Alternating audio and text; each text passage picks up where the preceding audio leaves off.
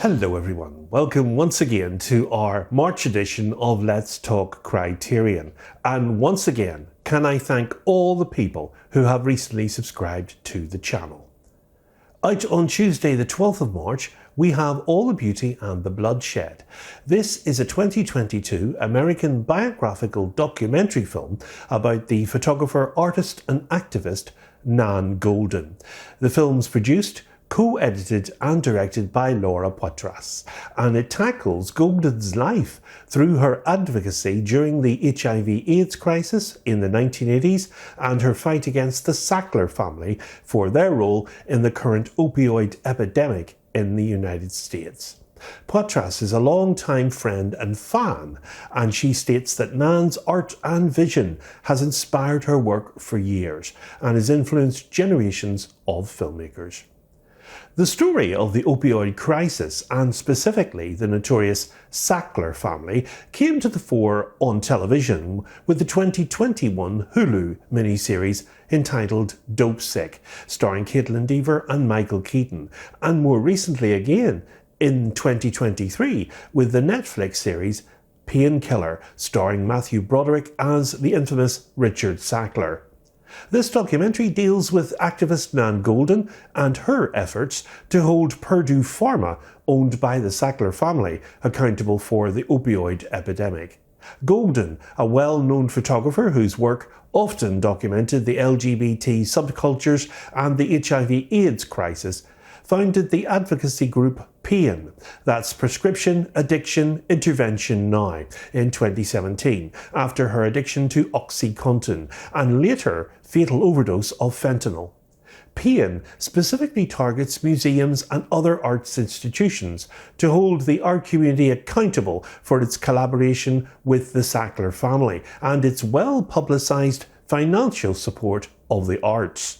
Since PAIN's activities, most of the targeted museums have severed all ties with the Sackler family, and in 2021, Purdue Pharma filed for bankruptcy. Now, this film's structured into 7 separate chapters, each of which begins with a photographic sequence or archival footage of a period of Goldin's life, and then it transitions to footage of her recent protests with PAIN. The slideshow of archival photographs is also reminiscent of Goldin's own work, creating slideshows or a series of photographs, such as she did with The Ballad of Sexual Dependency. Footage of PAIN demonstrations include the first 2018 protest held at the Metropolitan Museum of Art's Temple of Dindor, as well as similar demonstrations at the Louvre in Paris and the Guggenheim Museum. Goldin is the primary narrator of the film, and there are additional interviews from associates such as the journalist Patrick Radden-Keefe and PAIN member Megan Kapler. Now, Goldin herself was prescribed OxyContin for pain relief, and she says with an iconic candour that is evident throughout the entire film that she became addicted to this drug almost immediately. She founded the advocacy organisation PAIN in part to challenge the reputation laundering of the Sackler name that they've done through hefty donations which they made to museums and art galleries. This documentary is a stirring, courageous act from a woman who has more to lose than most by squaring up to the art world. Poitras gives the footage of Goldin's protests and, of course, the covert meetings a nervy tension that wouldn't at all be out of place in a political thriller. Now, what becomes clear from the film, which vividly details the cultural backdrop as well as Goldin's work, is that fear has never been part of her vocabulary, either creatively or indeed personally. Many of the prominent and prestigious museums that displayed Goldin's work had accepted substantial contributions in the past from the Sackler family, and the same Sackler family that got its money by collaborating with Big Pharma on creating a worldwide opiate addiction crisis, by, and among other things, severely understating the addictive qualities of its wonder drug OxyContin. So while Goldin never hung up her activism badge, her work, intimate and autobiographical as it is in many respects a forceful statement on the marginalisation of women and LGBTQ persons, and she finds herself with some initial sheepishness pinning it back on and staging protest events at institutions that have in some way supported her living.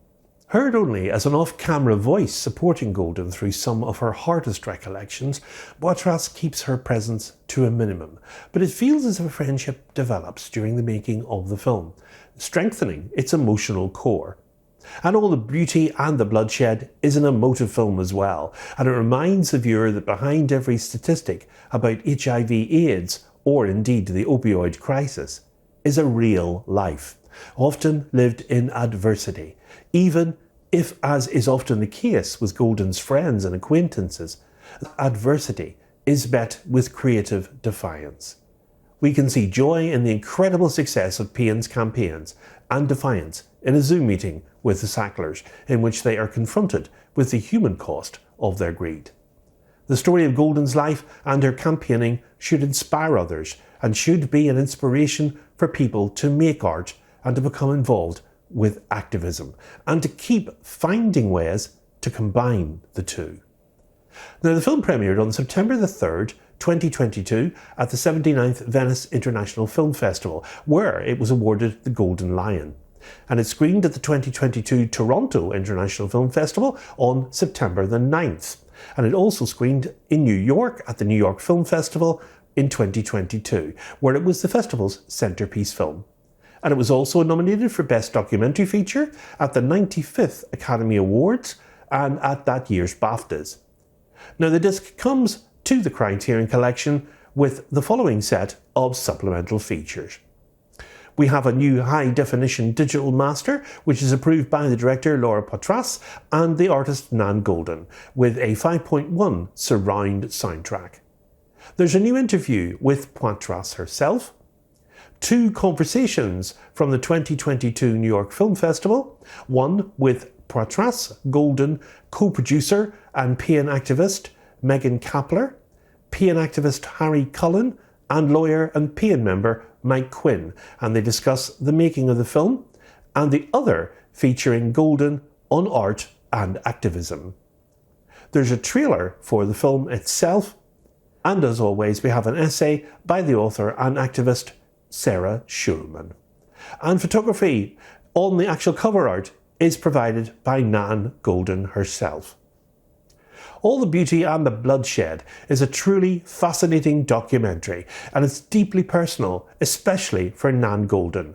Not only has she lost personal friends during the 80s and 90s to HIV/AIDS, many of which appeared in her photographs, the role of the Sackler family in her life has also been invasive. The scene featuring the protest at the Guggenheim Museum is one of the film's highlights. And Laura Poitras turns her camera on a truly powerful and inspirational woman. All the Beauty and the Bloodshed has a running time of 128 minutes, and it's a 1:78:1 aspect ratio, and it releases in the collection with a new spine number on Tuesday the 12th of March, and that's 1210. In the next edition of Let's Talk Criterion, we'll be looking at All That Money Can Buy, otherwise known as The Devil and Daniel Webster, and that's coming soon to the channel. Until then, from me, as always, it's goodbye, and above all, good Criterion viewing.